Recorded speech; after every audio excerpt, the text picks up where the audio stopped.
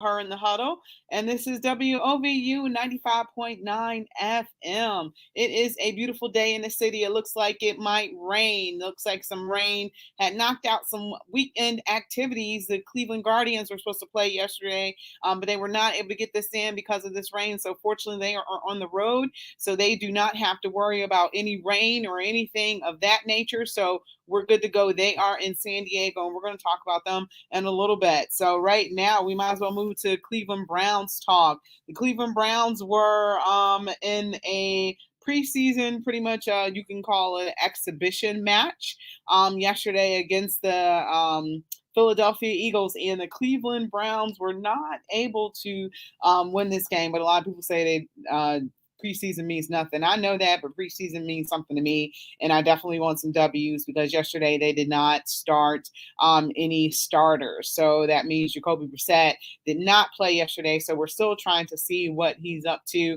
in game action. So we still haven't been able to see that yet. So we'll probably be able to see that this Saturday when they take on, I believe it is, I want to say the Atlanta Falcons, I believe. I think that's who the Cleveland Browns take on this Saturday. So they actually have a preseason game on a Saturday instead of a Friday. So they played yesterday. So one of the things that I wanted to get into about with the Cleveland Browns is the play of the quarterback. So yesterday, Joshua Dobbs was kind of the star of the day. Yesterday, he pretty much had a good day. Let me pull up his stats. But he looked good. He looked poised. He was in the pocket, and he made some pretty good decisions. You were playing against second teamer, so you had opportunity to see what Josh Dobbs could do out there in the pocket. And the offensive line, they pretty much did a good job of holding up for him. So he was able to stay in the pocket. He was able to complete some throws. Let me pull up some stats. I do not have stats pulled up for Joshua Dobbs. But he did pretty good yesterday. So, like I was saying, that offensive line held up for him. So he was able to play pretty well. So he was kind of the star of the show yesterday. See what he went for.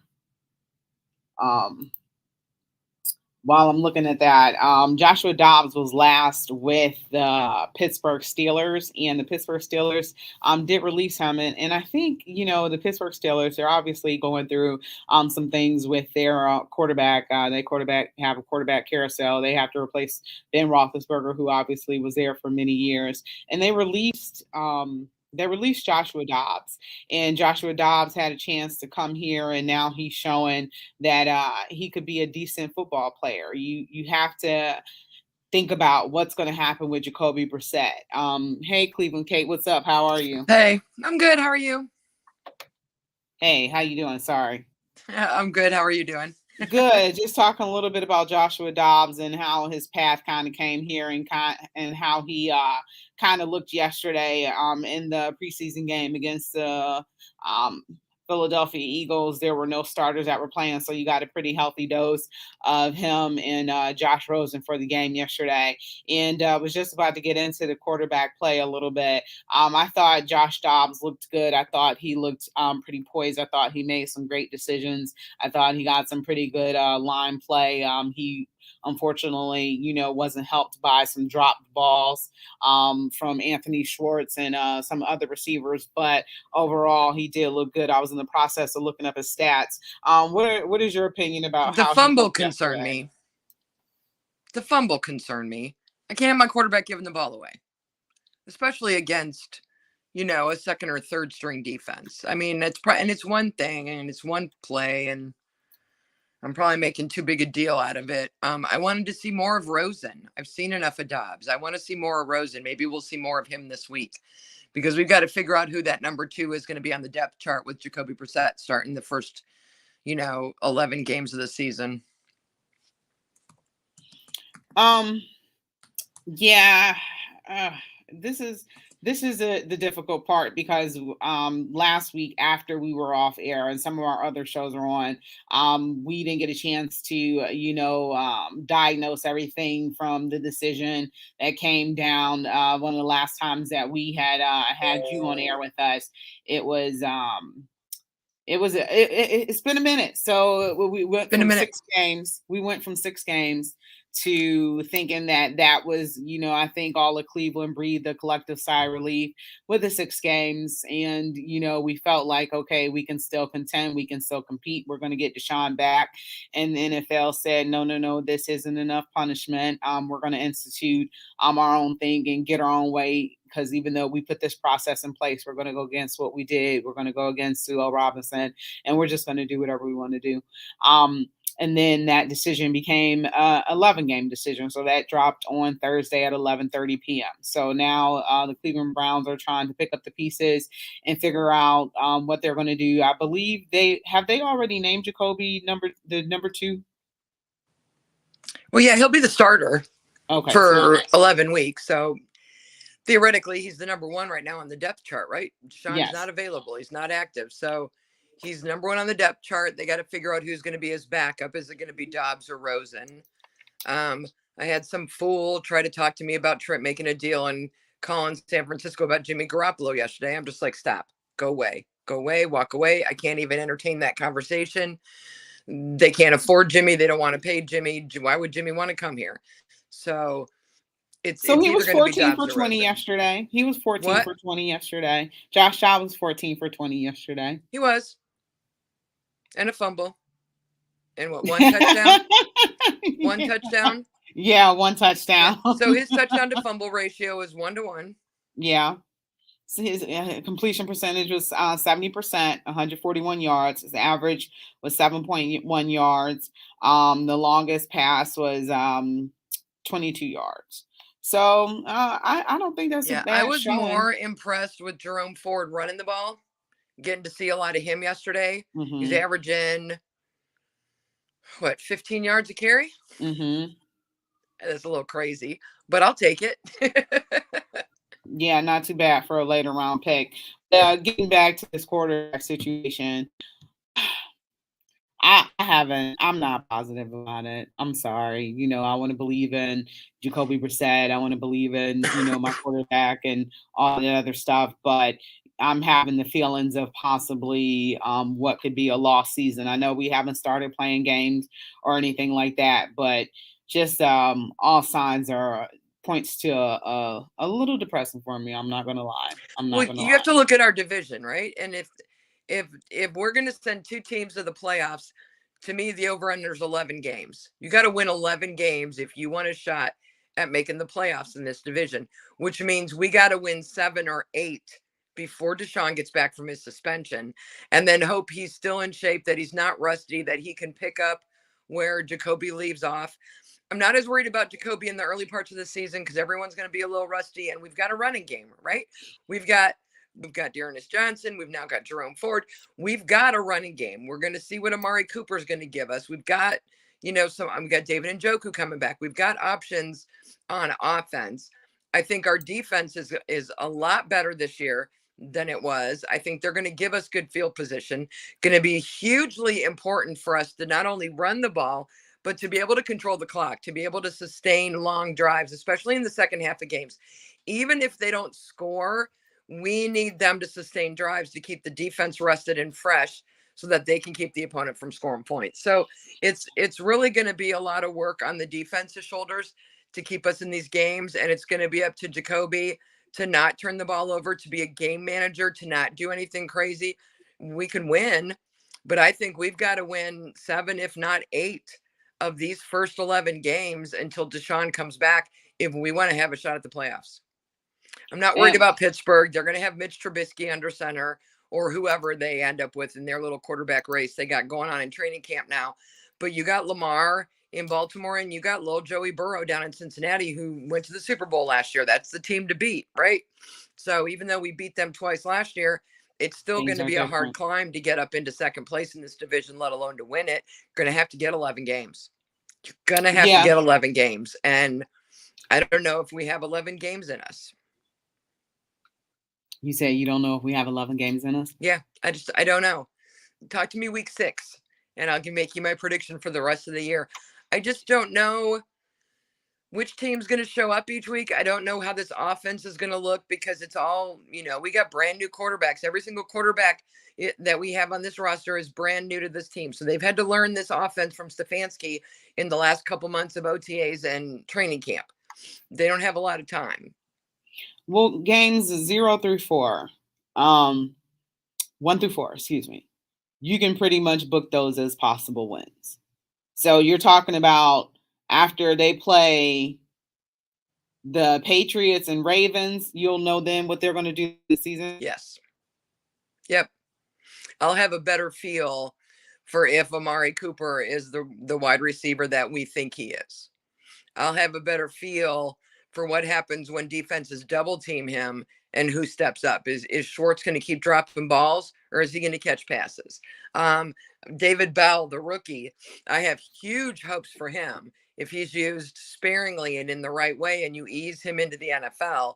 But I need to see how we're going to do that, what the play calling mix is going to be. You can't run Nick Chubb but 2022, maybe 23 times, or you're going to wear him out. So you're going to be splitting carries, which should be okay. But I've lost how many, 2 centers already in training camp? We're on our number 3 center. That's a big deal. There's going to be miscues. There's going to be balls getting snapped with a quarterback who ain't even looking for a ball. So I need to see how those first 4 weeks, they're winnable games, how they go, and then how we play against those tough teams week 5 and 6. And then I'll be more comfortable giving you a prediction for the rest of the season. Back to yesterday, as far as Jacoby Brissett not starting, would you have preferred he started this game? No, I don't want to see him till the regular season. He can't get hurt. Really? He can't get hurt. We are one of those teams, you got a team like, I don't know, Kansas City or even Carolina, if you want to say that have so many opportunities and options that if some of their starters get hurt, there's other people who can step up and play. We are not in that position. We don't have depth on offense the way I would like to, maybe at running back, but that's about it. We can't afford for any of our first stringers to get hurt. And we can't afford for defenses to get any more film of my offensive starters than they already have. I am fine if I don't see Jacoby Brissett again until week 1 against Carolina. I'd like to see more of Josh Rosen. I'd like to know what we have in him because I don't feel like the teams he's been with before fit what he's able to do. And I don't know if our offense is going to run, if we're going to call plays that work to his strengths. So I'm very curious to see what they do with Josh Rosen, to see who our number 2 is going to be. Because if Brissett gets hurt, it's either Dobbs' day or Rosen's time. So those are unanswered questions for me. I love our kicking game, though. I love me some Cade York. Picked him up in my fantasy football draft yesterday. Yeah, Cade York looked good. He hit a 50-yarder, and then his 55-yarder went off the upright. So the leg girl, that would have gone there straight through and clear on till morning. Even though I got friends who were sitting in the end zone for that 50-yarder. They're like, it was just good. If there hadn't been a net there, it would have just kept. He had distance all day. He's got to work on his aim a little bit and work on when we get those winds that swirl in the stadium like we do. Those are going to be a little bit of a challenge for him. But even on that 55-yarder, he had distance all day. Distance is not his problem. I think he's fine. And he's got this laid back, chill attitude. Reminds me of Evan McPherson down in Cincinnati. He don't know enough to be afraid. He don't know enough to be intimidated. He's in his own head. He's like, I'm going to go out, kick the ball, go back to the sideline. It ain't no big thing. And I love that in a kicker. Yeah, the strength is there, and that's one of the things that you want to see, especially competing against Justin Tucker of the Baltimore Ravens. So you're going to want to see some good kicking in this. We have AFC good kickers North in this division. Yeah, you got McPherson down in Cincinnati, and I don't know who they've got kicking in Pittsburgh these days, but I can envision a lot of games in this division where kicking is going to be the what decides it. It's going to be a big factor in who wins these division games for us this year. Yeah, especially with this quarterback situation and not knowing what we have going on. I think that special teams is going to be really important for us specifically this year because depending on what our offense is able to do, if our defense is going to be on the field the whole game, they're going to be gassed. You want your field goal team, not the field goal team, but you want your special team to put you in situations in which you can be successful. So Cade York is going to be one of the most important players out there week in and in, week out, I think. So Yeah, I'm not as worried about the return game, but the punt game needs to be stellar, and the field goal kicking has to be right. And like I said at the top of this, our offense has to find ways to sustain drives, even if they don't result in points. We've got to burn time and control clock to give our defense a rest. There were a number of games last year that we had leads going into the fourth quarter, and we couldn't kill enough clock to go to the end and win it, and they've got to be able to do that. That's a big thing that I'm looking for this year, is even with everything new going on, Stefanski's been here long enough that he should be able to teach these guys how to finish a game. And when you have a lead in the fourth quarter, you've got to be able to finish those. yeah, and it's like they scored too fast against the Yep. Chargers. They scored too fast Yep. against And I don't the want to Kansas say City that this Chiefs. year. And I don't Yeah. want that to be the thing we complain about this year. I want to be like, we didn't score too fast. I can kill as much time as you want me to kill. I got running backs. I can kill time. We couldn't kill time last year. We Yeah, need to kill time. I think with having veterans on our team, a little bit now, you got these players who have kind of grown up in our system a little bit. It's like I kind of think about it in the Guardians, grown up in, our organization and our farm system, hopefully they've learned a little bit. And, it all, depends on Kevin Stefanski, because we're going to take a break. But I want to ask you about the clock management yesterday going into that second half. And I kind of didn't like it. And he kind of, wasted some clock and an opportunity to kind of score on that last drive. So we're Yeah. going to be right back. You're listening to Her in the Huddle, WOVU 95.9 FM. We'll be right back.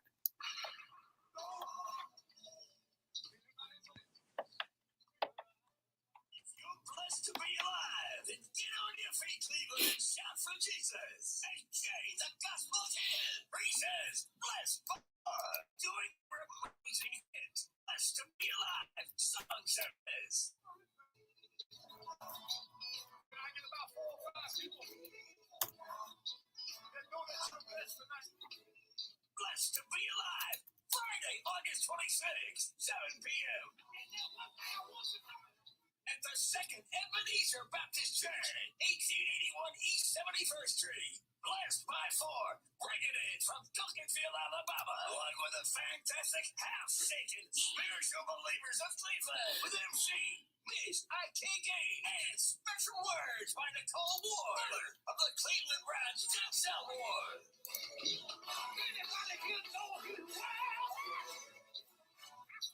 Visit the T&L Christian Bookstore. For information, call 216-777-2888. That's 216-777-2888. Blessed to be alive. Song service. Starring Blessed by 4 live. Friday, August 26th. Second Ebenezer Baptist Church. Presented by Gaines Funeral Home. And make them know your name. Got to be there.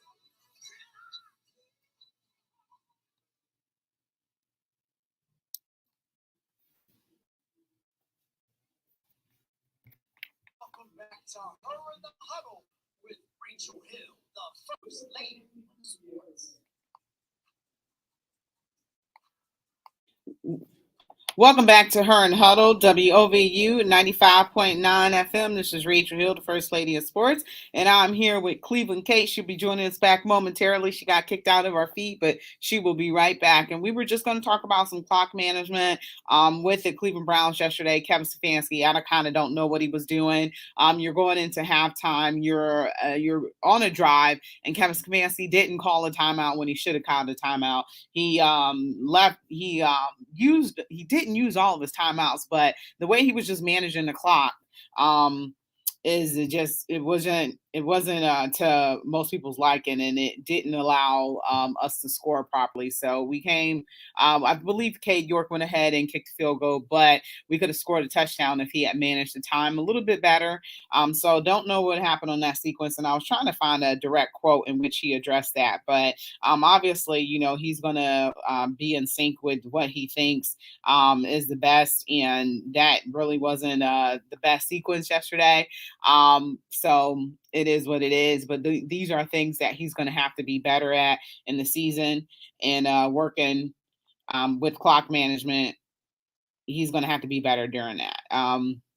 So that's just something that he's going to have to work on. These are all aspects of being a head coach, and this is kind of why I want him to have an offensive coordinator. Yesterday, he said that Alex Van Pelt did call some plays, so I think it was a pretty well called game. He had some targets to his wide receivers. So other than Anthony Schwartz had a couple targets, had a couple catches, had a couple drops.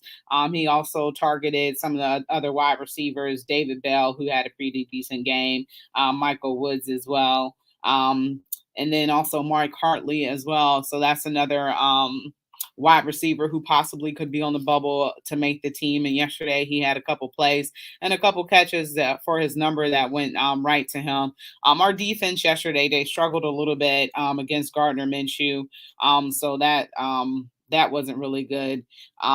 They struggled to tackle, and then they had a couple opportunities, a couple errant thrown balls to catch and intercept. There was almost an opportunity for a pick six, but the defender dropped the ball, hit him right between his numbers, and he just kept on going. So it would have been a pick six, and those are things that the defensive backs have to work on. They said that if they could catch the ball, they would be wide receivers. So.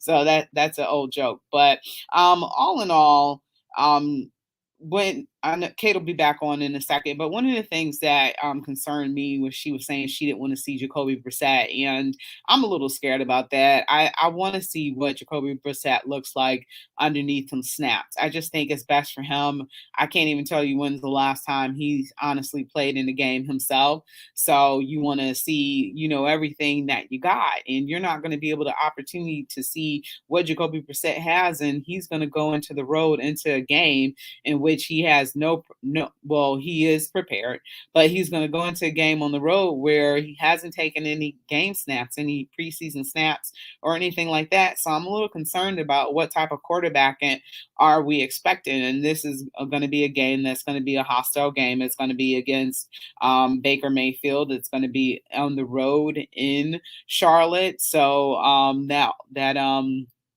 that audience is going to be feasting for blood. I don't really understand why they would be so mad though, because they got it. They got our quarterback. So I don't really know how the fans are going to act during that. So I think it'll definitely be very interesting. I'm not sure if our fans hold a grudge towards Cleveland or anything like that. They were looking for a new quarterback. They got a quarterback. Sam Darnold was not going to be their quarterback of the future. So I feel as if they got a significant upgrade over Baker Mayfield. At times, I do feel like the Cleveland Browns should have held on to Baker Mayfield. I think that we wouldn't be in this quarterback situation. I feel like they should have made him play. And I know that it was a situation in which they had Baker fatigue. They wanted Baker to be gone. But if you want an opportunity to salvage the season and play for the Super Bowl, I think that Baker Mayfield probably should have been the quarterback that you kept here instead of sending him off. But I understand it was a mutual decision. So that Baker Mayfield is gone and he's playing for a new team, and that's the team that we're going to face. Based on what was seen yesterday at our preseason game, I definitely do not think that this is going to be a team that is going to be able to beat the Carolina Panthers. Baker Mayfield is going to be out for blood in that game, and obviously this is a game that means more to him than anything, and he's either going to get in there and light this game up and be all-star and have one of his best games of all time, or he's going to get in there stink and give up 4 picks like he did against Green Bay a couple months ago on Christmas Day. So you don't know which Baker you're going to get, but I guarantee you're probably going to get the Baker who played in that Red River rivalry shootout where they scored almost 100 points combined against Patrick Mahomes when they were both in college. I think that that's probably going to be the Baker Mayfield that you get, or the Baker Mayfield that played against Georgia, that lost to Georgia in the college football playoff series. You're going to get a Baker Mayfield that you haven't seen before. And I don't know right now if this team is ready for it, based on what we're seeing right now.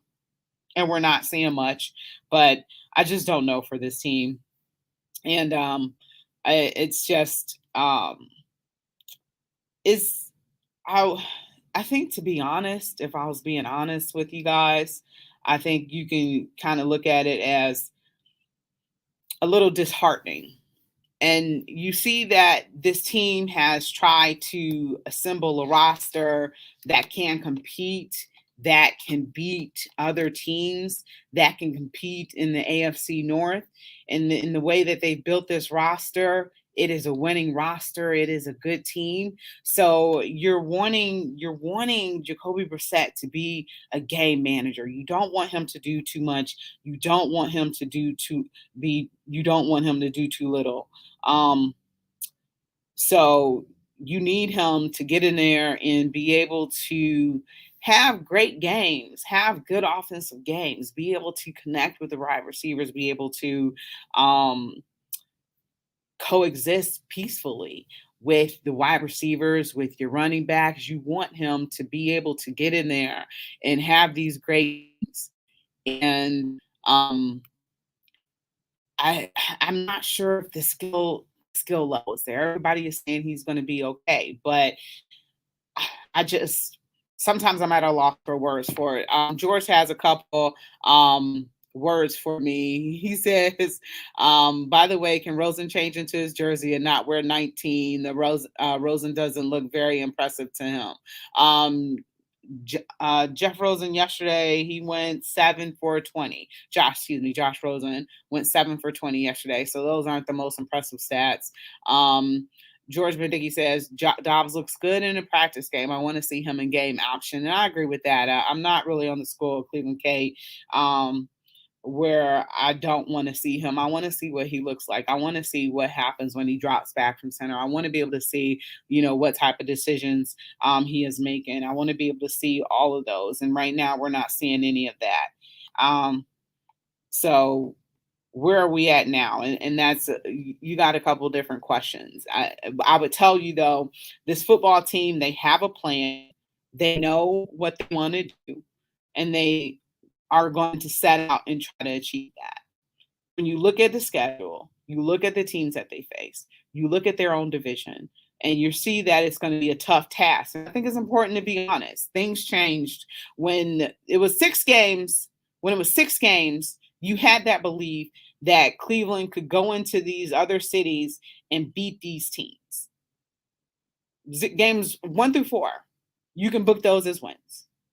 Games 5 through 17, those are a little tougher because you're going to get Deshaun Watson, who's going to come in the 11th game of the season on the road against his former team in a hostile environment. And if you thought that environment in Jacksonville was anything, you haven't seen anything yet. You could hear from TV. You couldn't really hear it on TV. You could hear it a little bit, but they said in the actual stadium, the taunts and stuff for Deshaun Watson was deafening. So I can only imagine what it's going to be like in Houston when he gets out there and play. But, it's hard to see that as the roster is presently constructed, being able to do anything with Jacoby Brissett, quarterback. And I'm not trying to hate, but that's just kind of where I'm at right now. George is asking why the Brownies not signed J.C. Treader and plug him in. I don't know why they haven't did that. I guess it's not really a money thing from what I'm hearing. We talked about this a little bit last week, and it could be about the position that he held with the union. So that could be one of the reasons why. I will hope that the Browns wouldn't be petty like that, and they want a player who's going to be able to help them win. So I'm not really sure what's going on there. But J.C. Treader is a player that this team could utilize. You've pretty much had all your centers go down. When you have Jacoby Brissett back there behind center, you want to have a center that has experience being back there, that has experience with this playbook, who's been part of the organization. And J.C. Treader fits that bill. So I'm trying to get him. I don't understand why they haven't picked up the phone to call him yet, but they might be okay with what they have back there. Let's check out the depth chart, who they have back there at center. Ethan Posick. So he's not hurt. They might want to he came over from this Seattle he came over from Seattle, so they might want to see what they have in him before they call up J.C. Treader. So it seems like they might be okay with him. So that might be a reason why he hasn't gotten a call. But Brock Hoffman is that's it. So Brock Hoffman is the backup to Ethan Posick, so nobody else can go down right now because we only have two until they get a third in. So that's what they need to do. George also says, hoping Kate York is the answer. Been looking for a kicker since Phil Dawson, so I think we found our answer. Mike Hughes says, hey. And George said, my own thought, Brissett needs to play one series against the Bears so he can have a feel of the offense. I wholeheartedly agree as well. So we're going to go ahead and take a break. You're listening to Her in the Huddle on WOVU 95.9 FM. We'll be right back.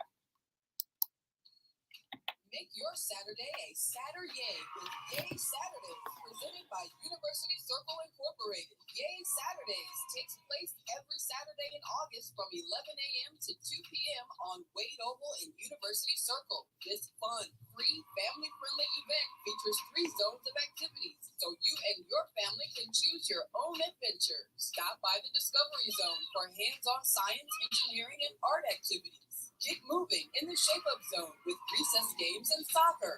Enjoy music, dance, and theater performances in the Fan Zone. Take a walk around Wade Oval and enjoy stories from children's books on the Story Walk. And grab a book to take home. Did we mention all of this is free? There's so much to see and do, your family will definitely say yay. To learn more about Yay Saturday, visit universitycircle.org/yay. That's universitycircle.org/yay. We'll see you on Wade Oval for art, action, and adventure with Yay Saturdays.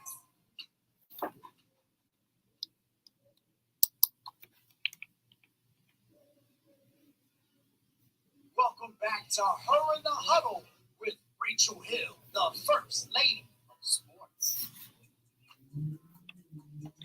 All right, welcome back to Her in the Huddle, WOVU 95.9 FM. This is your girl, Rachel Hill, the First Lady of Sports, and I'm here with Cleveland Kate. And make sure you always keep it locked here every day on WOVU 95.9 FM, your regular radio dial. And then always you can listen online at WOVU.org, and make sure you download that WOVU app so you can listen to us on the go.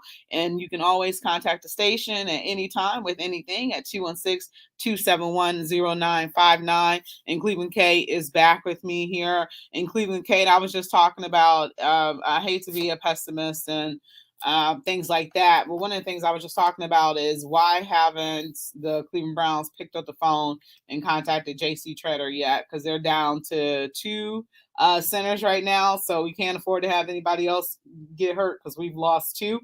So would you call JC Treader back? Well, you don't know if that bridge got burned or not. If we can keep Posick healthy, he was a very nice center in for the years that he was in Seattle, worked with Russell Wilson. I got no issue with him taking over at that position, but if he gets hurt, we've got issues. So I don't know why Treader isn't still here. I don't know what went on behind the scenes with that, but it is what it is. I've moved on. You got Brock Hoffman as a backup. All right.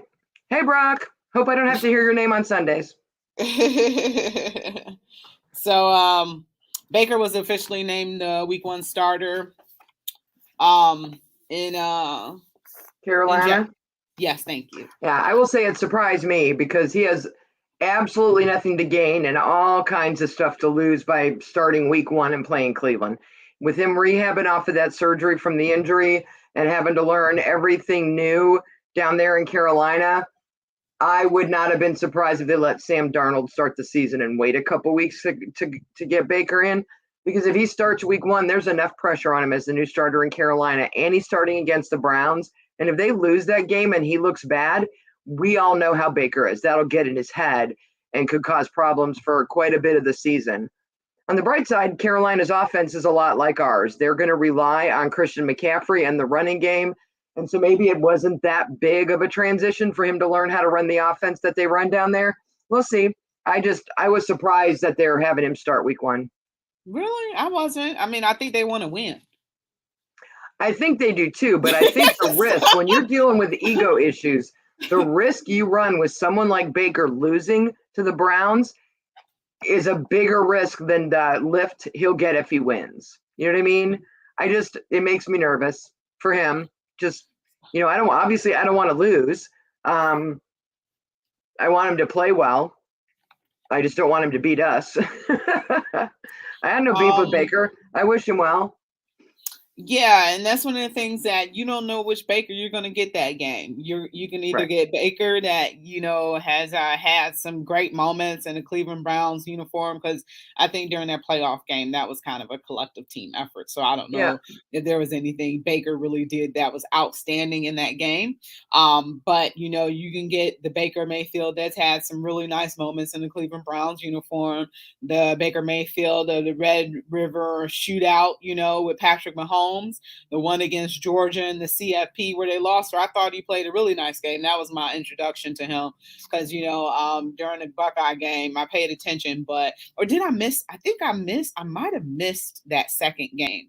So I really hadn't had too many looks at Baker Mayfield until he became a Cleveland Brown. Or you can get the Baker Mayfield that had 4 interceptions in Green Bay on Christmas Day. You can get that Baker Mayfield. Yeah. So, but I think that you're going to get the best that Baker Mayfield has ever given in his life in game 1. So, if he's healthy, I don't know how his rehab's going. I don't know how much of the playbook he's learned and how much he's able to do after that surgery and the rehab and stuff. So, I don't know. We'll see. I'm just saying it surprised me that he was starting. And I heard you talking about you want Jacoby to play a series against the Bears. I won't hate it if he plays one series, but I see zero value in it. I don't see any value. He's not going to get the starters from the Bears. He's going to get the third string guys that are on the bubble that are trying to make the 53-man roster. And so however he does in that series, he's still not going to get a real NFL defense. Not like he's going to get from Carolina week 1. And if he gets hurt, these are the things that scare me.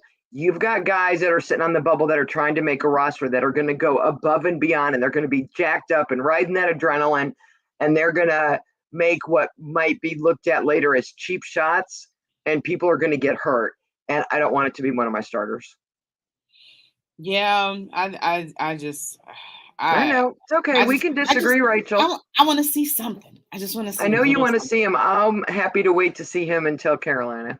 I really haven't watched Jacoby Brissett because during the Brown season I'm pretty much all Browns. I'm not really. He's been in the NFL before. He's not a rookie out of college who's never gotten any snaps. He's been in the NFL for quite a while. He's played in a lot of games.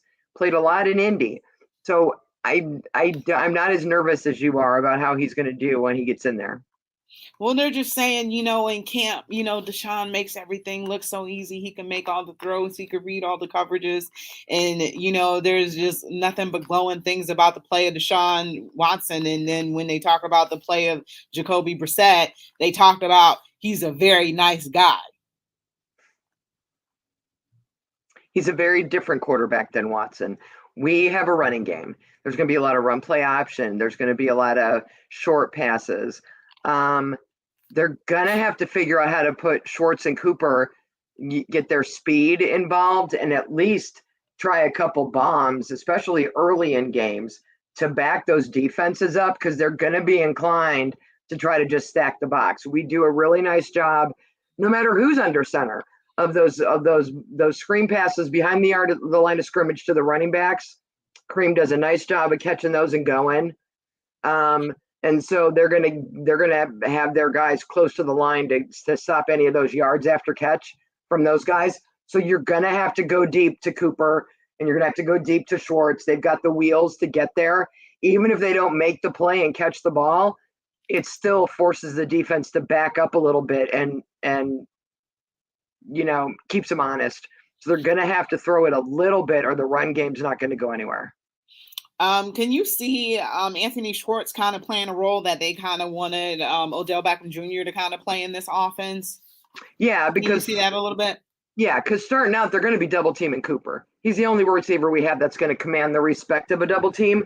So Schwartz is going to have to get after it early. And, Schwartz, Bell, there's a couple other ones where they're going to have to get some catches in early and make the defenses respect them, so that you get two guys off of Cooper and then open him up for things.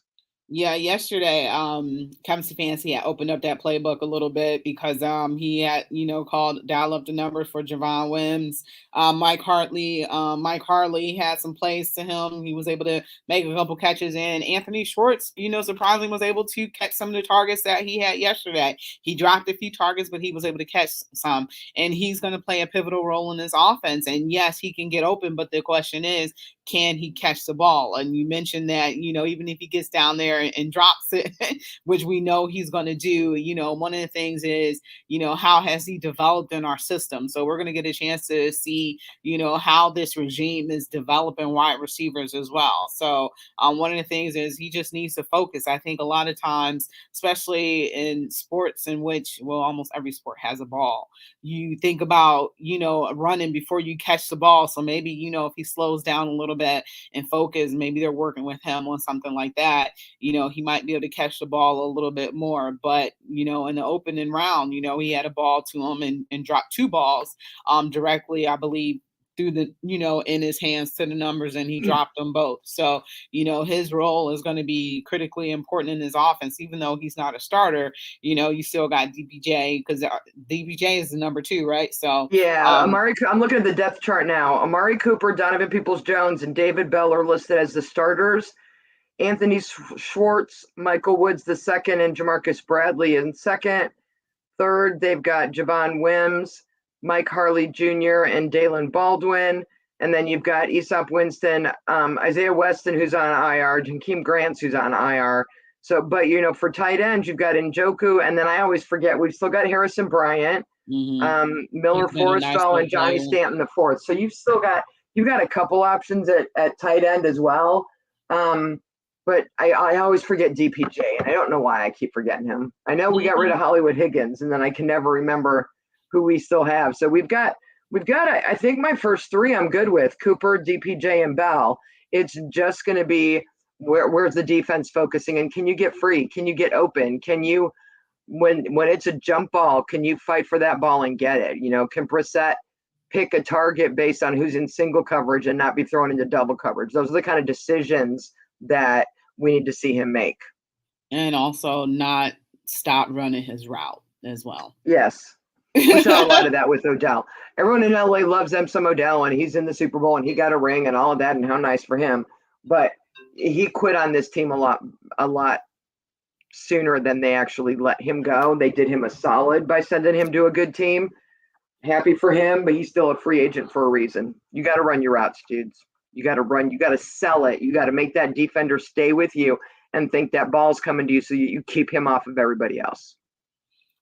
About defense, they showed a little bit, and Gardner Minshew was able to eat them up, but these are second teamers as well. So Gardner Minshew looked a little bit like Gardner Minshew mania a couple years ago. What are your thoughts about how the defense played yesterday? It was okay. We've still got issues at corner and safety. We've got injuries. We had Greg Newsome has one of those soft tissue hamstring things. Greedy and Denzel have had their share of injuries. I've got concerns about our depth at the corner position, just because people are always getting hurt. So we'll have Grant Delpit at safety with Ronnie Harrison, DeAnthony Bell, backing him up, which I'm good with. But you got Denzel, Greedy, AJ Green. Those are my corners that we don't have depth that I'm happy with to sustain us if we have injuries. So I'm going to need Greedy to get healthy. I'm going to need Denzel to be healthy. I'm going to need Greg Newsome back. I'm going to need a whole lot of people back. We've eaten into the depth. I'm concerned about the defensive tackle position. Overall, if we're healthy, I feel like I should just have "if we're healthy" tattooed on my forehead. I love our defense. I do. I just, like we talked about earlier, I don't know how tired they're going to be in the fourth quarter if we can do enough on offense to keep them fresh. Yeah, we have to be able to move the ball. It's just, imperative to be able to put them in situations where they're not gassed and they've played the whole game and they have nothing left, especially in some of their games. Because, the Cleveland Browns, they were able to compete in all the games that they lost. They competed in all the games they lost, except for, I would say, that game against the game against the Patriots. And, Bill Belichick wants to crush the heart and soul of anything that has to do with Cleveland. So they weren't competitive in that game at all. But they were competitive in almost every game that they played. So now they have the opportunity and Baker Mayfield was hurt. And, to me, Baker Mayfield was terrible last year. So they were still able to be competitive in games in which they had him and he threw 4 interceptions and things like that. I don't know why I'm so pessimistic about this team. But I just am. I think we want winner. We want a winner. And it's just, every year we improve. And this year it's like, you have you got some missing pieces and parts that, are in development and need improvement. But, this is a roster that you can get to the playoffs again with. And if you just had that quarterback situation. So for me, I was sharing with the audience today, I'm a little disheartened because you just want to win. That's the point that I'm at now. Well, if you want to see a winner, you need to head on down to the corner of Carnegie in Ontario and watch the Guardians play. I've been to a couple games this month. Girl, they're fun. I was at that game Friday night where they had that huge rally in the 7th inning with 2 outs. I love it when Oscar comes up to bat and he plays the SpongeBob SquarePants theme and every kid in the stadium is screaming. I mean, Stephen Kwan hits a triple and he's shooting finger guns at the audience and he's so excited. And I joke and say that our Guardians are the John Daly of baseball. They're not smooth and polished and popular and all that kind of, like you see with the Yankees and some of these other teams. They're just a bunch of kids having fun, playing the game and getting it done. And I don't know how deep they'll make it into the playoffs. I just know they're super fun to watch. Super fun. If you're not watching the Guardians, you are missing a good time because there's a lot of personality on this team. There's a lot of good players on this team.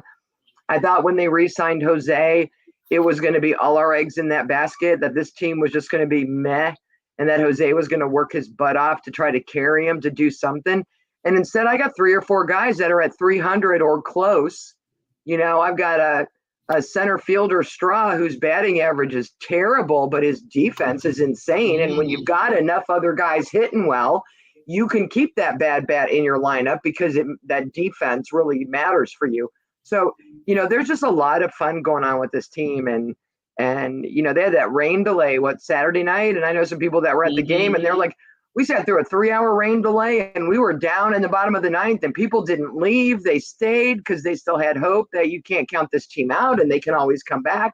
And they're just super fun. They're just not getting enough love. But, that's also a Cleveland thing. The minute training camp starts and football's in the air, people quit looking at the baseball team and head right down the street to football.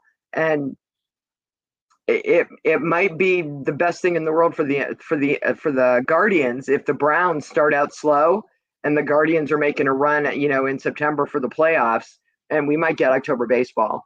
And then it might take our minds off whatever problems are going on with the Browns if we have playoff baseball to talk about. Yeah, and we're going to be right back. So we're going to give the Cleveland Guardians some love. We're going to take our last and final break. You're listening to Her in the Huddle on WOVU 95.9 FM. We'll be right back. What are you doing on Saturday, September 10th? It doesn't even matter. Sorry, I thought we already took the last break. Got lots of stuff going on, including a farmer's market, health and wellness activities, local vendors, a kids zone, food trucks, and a beauty garden. To top it all off, we can't forget the live music. We got local artists and special live performances from people like Morning and Blackstone, John Messenger, Abstract Sound, Little Man Funk, Chanel Kazan, and you can't forget Gig Capri. Whatever you got going on Saturday, September 10th, you need to drop it and pull up the Fresh Fest Cleveland at 8129 Otter Avenue, Cleveland, Ohio 44104 from 1 p.m. to 9 p.m. For more information, visit freshfestcleveland.com. This message was brought to you by Fresh Fest Cleveland Arts and Culture Urban Farm Music and WOVU 95.9 FM. Our voices unite. A Burt Belcar community radio station.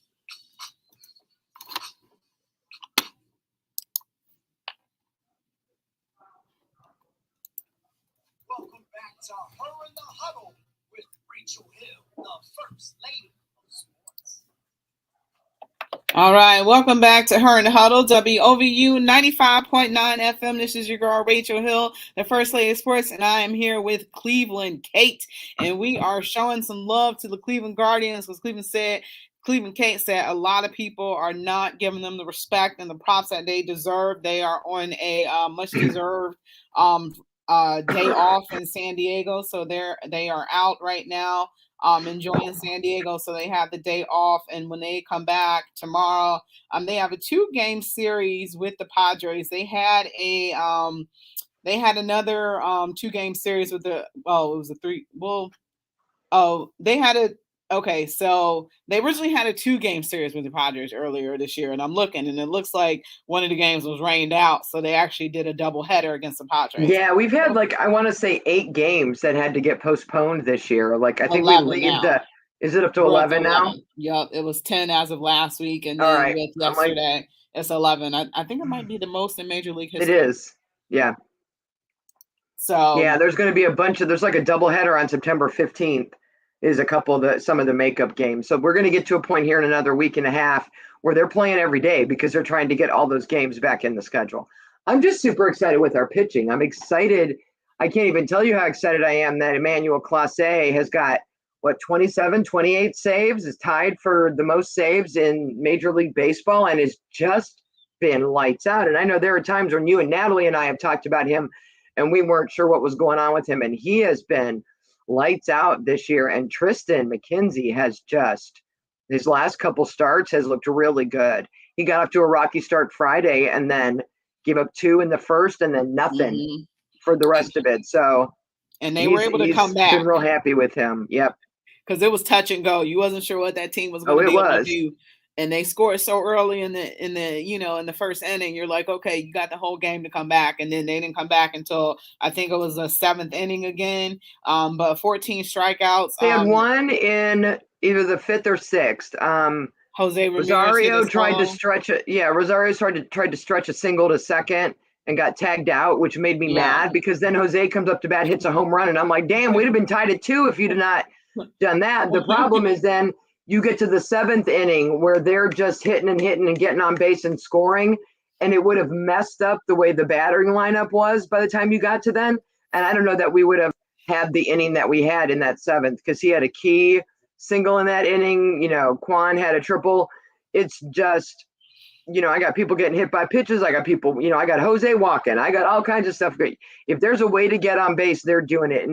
And Tito has done a nice job convincing these kids that it's just important to make contact. Just try to make contact.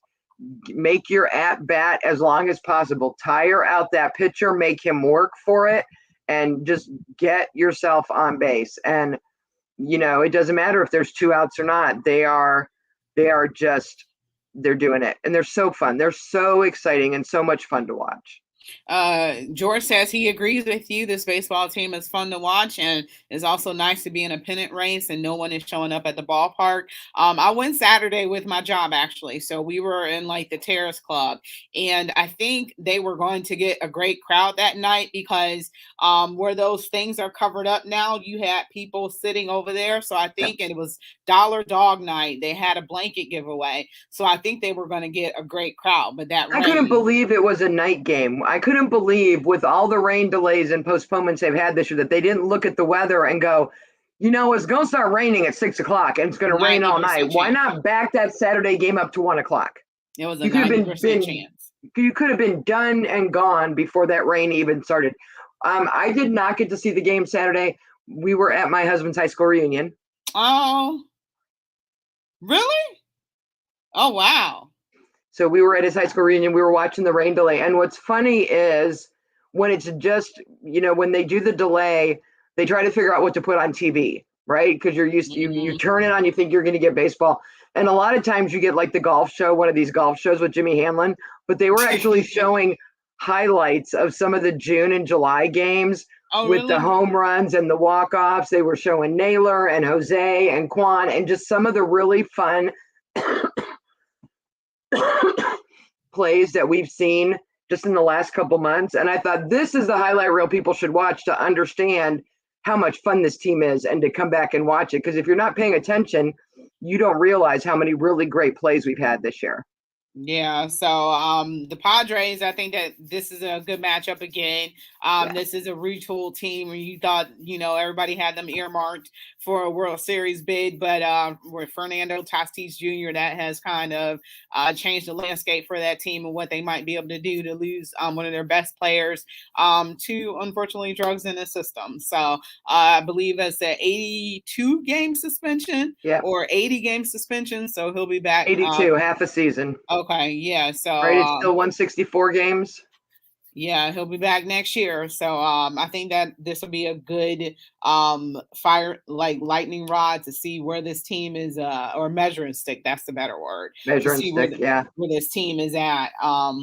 And then they take on the Seattle Mariners, who have won a 14 game winning streak going on, and were hot at once. But usually they're able to get some wins over the Mariners. So those will be all late games, except for so the weird thing is on Tuesday and Thursday you have 4:10 p.m. starts. So keep that in mind, fans, as you watch the games. Those are not night games where they normally would be. Those are both 4:10 starts. So that's a little weird. So I'll have to make a note to myself to catch those games. Yep. But they play the Mariners, and then when they come back home, they have the lowly Baltimore Orioles. But I don't believe the Baltimore Orioles are still dead last in the AL East. I believe is the Boston Red Sox. But those are the teams that give us a hard time, right? They tend to rise and fall to the level of their competition. Baltimore ain't got nothing to play for other than beating us. So those are the games that people want to just overlook, and those can be the most dangerous ones. And in this division, we went from having like a 3.5 game lead to I think we're 1.5 now. Every single game matters. You've got to beat up on these teams that you're supposed to beat up on. Yeah, because you mentioned about Ahmed Rosario, and Tito was asked about that, and he was like he was okay with it. He was okay with him being aggressive and going for it. Yeah. He was like, at the end of the day, things played out the way they played out, but we don't go for it. I get that, but when you're down 0-2 and there are 2 outs and the guy behind you, and there's 1 out and the guy behind you hitting is Jose Ramirez, it is more important for you to get on base than for you to get to second. Yeah, and you know what? You know what I mean? Jose got 99 RBIs. I need my 100 RBI. Yeah, I need another RBI. He could have had 100.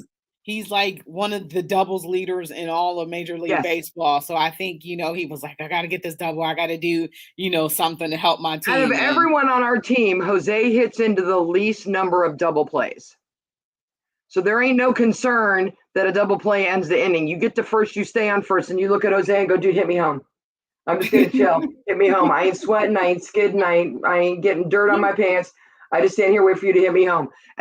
I get the idea of Tito's is be aggressive and go for it, but I think it's a situational thing. And when you are in a situation like you are batting right in front of home run Jose, you get to one, you stay. Yeah. You get to first base and you stay. And it ended up working out, and Cal didn't, because Cal pitched this past weekend too, and Cal didn't suffer a loss as well. So that's another good thing. Cal is still undefeated at I haven't home. heard. How's Austin Hedges? They had to pull him out when I was there Friday, and I haven't heard if he's okay. Did you hear Austin anything? is okay. He might be playing. He might be playing tomorrow. So okay, he'll cool. be okay. So yeah, he was fined by Major League Baseball for some comments. My guardian crush this year.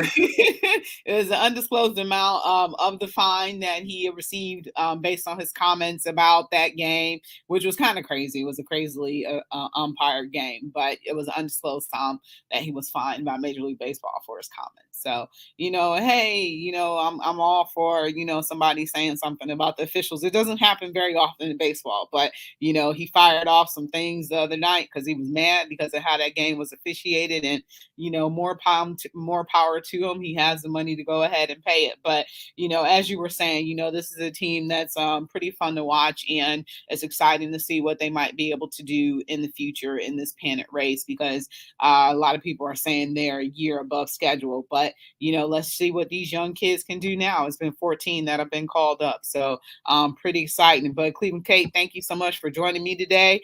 For Cleveland Kate, for Rachel Hill, you've been listening to Her in the Huddle on WOVU 95.9 FM, and we are out of here. All right, girl. I'll talk to you later. Bye. All right. Thank you. I'll talk to you later. Bye. Yep. Okay. Bye.